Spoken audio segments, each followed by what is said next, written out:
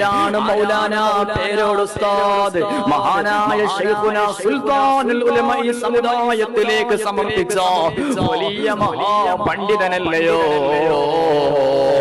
ആരുടെ മുന്നിലും പതരാതെ, ആരുടെ മുന്നിലും മുട്ടുകുത്താതെ അഹ്ലുസുന്നത്തി വൽ ജമാഅത്തിന്റെ ആദർശം തുറന്നു പറയാൻ ധീരതയുള്ള മഹാപണ്ഡിതനല്ലേ?